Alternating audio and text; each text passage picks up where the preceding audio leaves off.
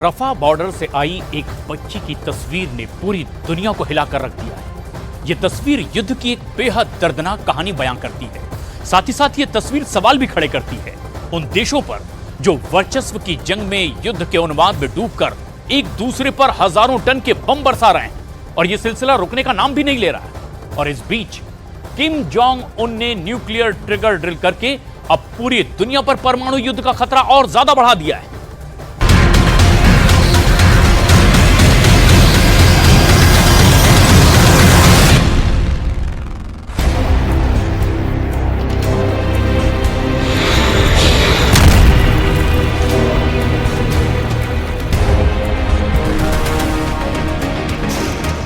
ये बारूदी विध्वंस कब रुकेगा?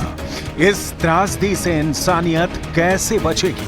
क्योंकि इस आजमाइश ने अगली पीढ़ी को संकट में डाल दिया है। मौत का ये तमाशा कितना विनाशकारी है, बस इस नन्ही सी जान को देखकर समझ लीजिए। क्योंकि एक जोरदार धमाका हुआ और इस बच्ची का सब कुछ छिन गया।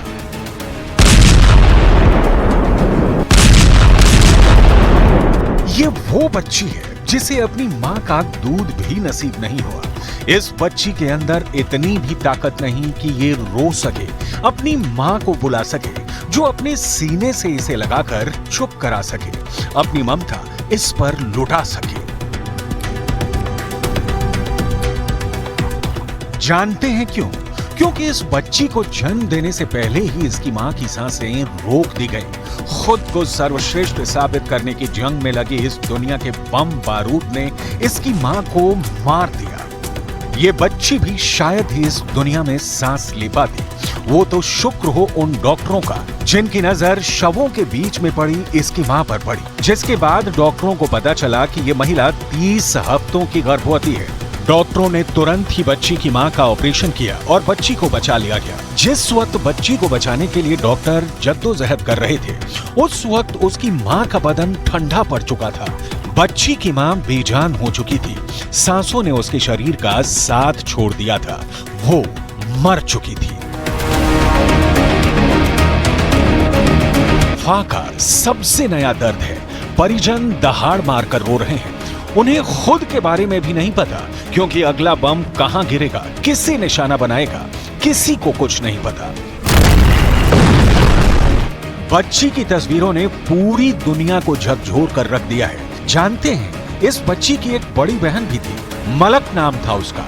था इसलिए क्योंकि वो भी इसी हमले में मारी गई। मलक अपनी छोटी बहन की दुनिया में आने का बड़ी बेसब्री से इंतजार कर रही थी। उसने तो इसका नाम भी रख दिया था, रूह। लेकिन अब सब कुछ खत्म हो चुका है।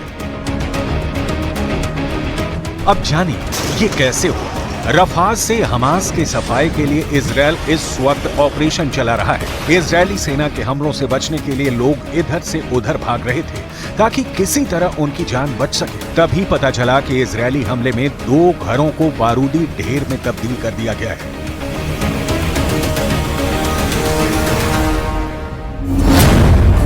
और इजराइल के इस हमले में 2 घरों के 19 लोगों की मौत हो गई, जिसमें एक ही परिवार के 13 बच्चे शामिल थे।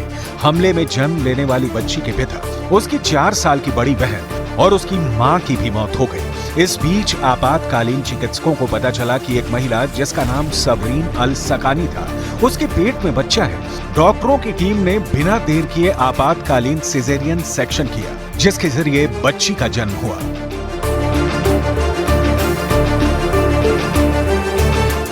7 अक्टूबर 2023 ही वो मनहूस तारीख थी जब हमास के आतंकियों ने इजराइल पर हमला किया था। इसके साथ ही आतंकियों ने कई नागरिकों को बंधक बना लिया था।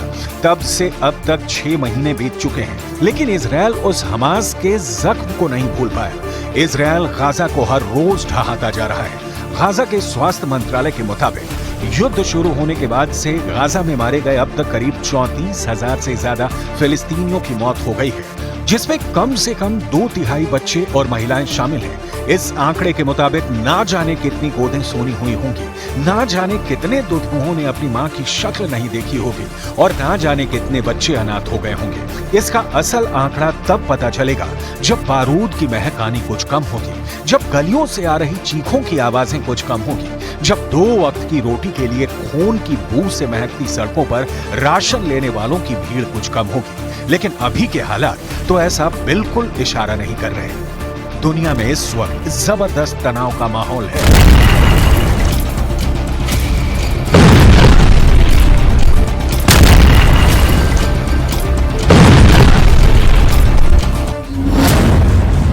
रूस यूक्रेन युद्ध को 2 साल से ज्यादा वक्त हो चुका है, लेकिन ये वॉर कब खत्म होगी इसका कोई अता पता नहीं। इजरायल हमास को नेस्तो नाबूद करने के इरादे से हमले किए जा रहा है। ये वॉर भी कब रुकेगी कोई अता पता नहीं। और अब दुनिया बहुत जल्द एक नए युद्ध की गवाह बनने वाली है, और ये युद्ध कब परमाणु युद्ध में तब्दील हो जाएगा इसका कोई ठिकाना नहीं।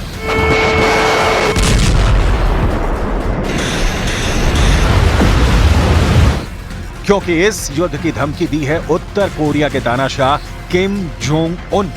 लगता है किम जोंग बहुत जल्दबाजी में है, क्योंकि किम कभी मिसाइलों का परीक्षण कर रहे हैं तो कभी लंबी दूरी के रॉकेट्स का। ये दुनिया जानती है कि उत्तर कोरिया से सिर्फ वही तस्वीरें आती हैं जिसकी परमिशन किम जोंग देते हैं। आप इन तस्वीरों को देखिए। ये तस्वीरें उत्तर कोरिया के सरकारी टेलीविजन ने जारी की हैं।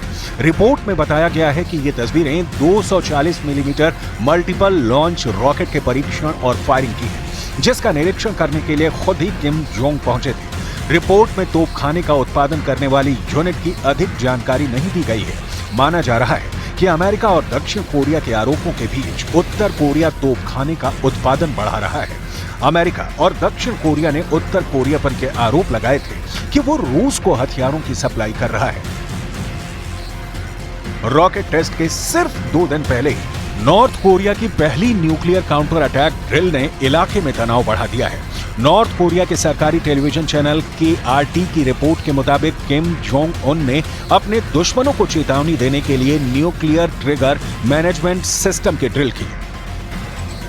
दक्षिण कोरिया की सेना ने कहा कि उत्तर कोरिया ने अपने पूर्वी तट से दूर समुद्र की ओर कम दूरी की कई बैलिस्टिक मिसाइलें दागी। दावा किया जा रहा है कि अमेरिका और दक्षिण कोरिया के आक्रामक सैन्य अभ्यासों को काउंटर करने के लिए नॉर्थ कोरिया ने यह न्यूक्लियर ट्रिगर किया है।